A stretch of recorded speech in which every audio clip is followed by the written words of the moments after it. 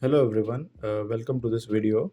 In today's video, we are going to see why we need a calendar table, and I'm also going to show you 4 different ways to create a custom calendar table, or 5 actually, because the last one is a bonus. So let's get started in the video. So we have this data set today, and as you can see, there is 1st Jan, there is 2nd, but 3rd and 4th Jan is missing. We directly have 5th January. So sometimes what happens, the dates in the sales table are missing due to no sales on that particular day. So we might not have few dates included in this table, and we need sequential dates because we need all dates for cumulative totals like MTD, YTD and QTD. And without a proper calendar table, these functions will not work correctly. Also, it helps maintain consistent relationships across time-based data. So this is the main reason why we need a calendar table. Now let's jump and start with the first method of creating the most simple calendar table. Okay, so we'll go into the home tab and I will click on new table and we'll rename the table as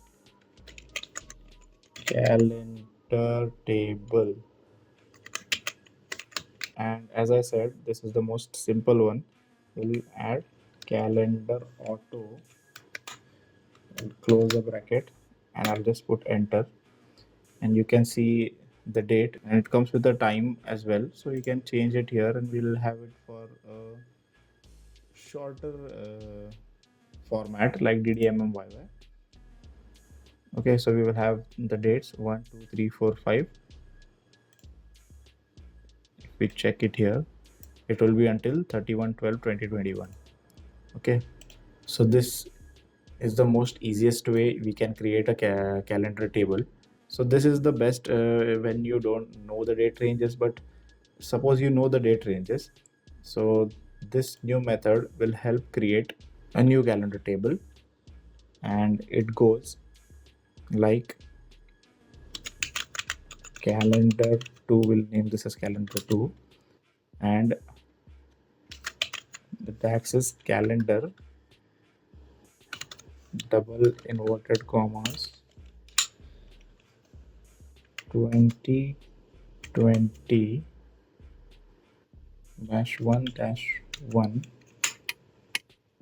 comma start date and end date. So you can see the syntax: calendar start date and end date, which returns a table with one column of all dates between start date and end date. So again, after the start date, we'll put the end date, which is 2021 12/31. So YYMMDD. So this is the YYMMDD format. And once we close the bracket and hit enter, we can see it has returned the dates. So we also have a new table called as a calendar table 2 or calendar 2. We named it as calendar 2. So this is the second way we can create a calendar table. This is very helpful when we know the date ranges in our data set. So now suppose we have a very vast data set, but we only want the dates between the mentioned dates. Like suppose the date starts any months between the year in the data set and we are not very sure of it. So we'll create a calendar 3 according to that. So I'll write calendar 3 for this one, and again we'll use calendar. So here, as I said, we don't know the minimum or the maximum data set. So what we'll do is we'll add calendar, we'll add min, and in min we'll put the date column. So we'll put the date column from our data set, which is date. Okay, so this will be our start date. Now for our end date, we'll put max, and again we'll put the date column. So what this will do is this will take the minimum date from your date column. It will use that date as a start date, and the maximum date will be used as the end date from the data set. Okay, I'll hit enter, and we'll have the same date range from our data set, because the mean is obviously 1 January 2020 and the max is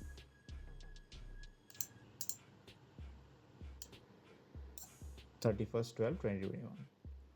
Okay, so these are the three methods which we learned for creating a new calendar table. Now there is one very professional one, I would say, where you can define all the intervals. Like suppose you have to skip one day, you want even dates or you want odd dates. So in such cases, you can use this new DAX, which I'm going to show. So for this one, we'll have to go to the home tab and we have to click here on get data and go to blank query. So once we have this blank query, we'll click on the FX and we'll start with our formula, which is list.dates. So as we enter the brackets here, we see list.dates, start as a date, count as a number, and step as a duration. So here it is mentioned that create a list of 5 values starting from New Year's Eve, which is 31 December 2011. So from 31 December 2011, New Year's Eve it is incrementing by 1 day duration. So duration is 1 day, 0 hours, 0 minutes, and 0 seconds.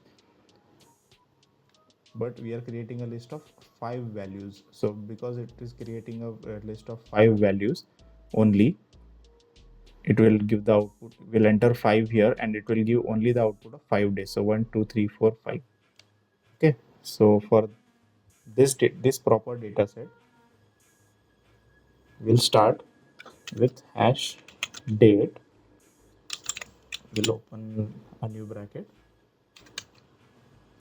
2020 1 1. So we need our calendar tables start date as 1 January 2020. Now I'll put a comma. We are incrementing by 1 day, but we need a list of 2 years. So 365 plus 365 is 730. So we have a number of 730 days. And again we'll put a step as duration. So for duration, again, as it was mentioned, we'll write hash duration as 1 day, 0 hours, 0 minutes, and 0 seconds. And we'll hit enter. And we have this proper list. So we'll click here to convert it to a table. Okay. So it is converted to a table. We'll change the data type to date. So we'll name it as calendar 4. And we'll click on close and apply. Okay, so this is our calendar 4, 1 January 2020 till 31st 12 2021. So these are the 4 main methods how we can create a calendar table. And there is also one method by which we can create a calendar table, which is directly entering a M code. Okay, so I'll click on get data and then blank query and equal to, I have a M code copied, which is a bigger M code. I'll paste it here and I will hit enter. So this is the output we get from a M code. Okay, so this is the M code and it has many different things like so it defines the start and end dates for the calendar. So the start date, I have mentioned it here. I have mentioned the end date here. And after mentioning the end date, you can generate a list of dates between the start and the end date, like duration and all, which we mentioned in the previous method of calendar creation. Now after creating the list of dates, we can convert the list into a table. So we have created a table. So this is a proper table for all this. So if we ignore the DAX, we can see in the table we have a proper date column which has all the dates. We have a year column which has all the years sorted out. We have a month, we have a day column, we have a month name like January, February, every month must be there.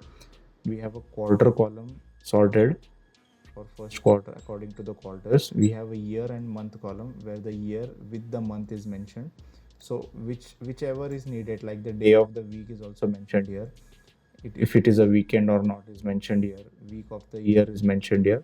So if any of this is needed for any output in the data set, it can be used. Okay, so these were the 5 different methods by which we can create a calendar table. I think this video will be really helpful. Thank you so much for watching this video, and I'll see you in the next one.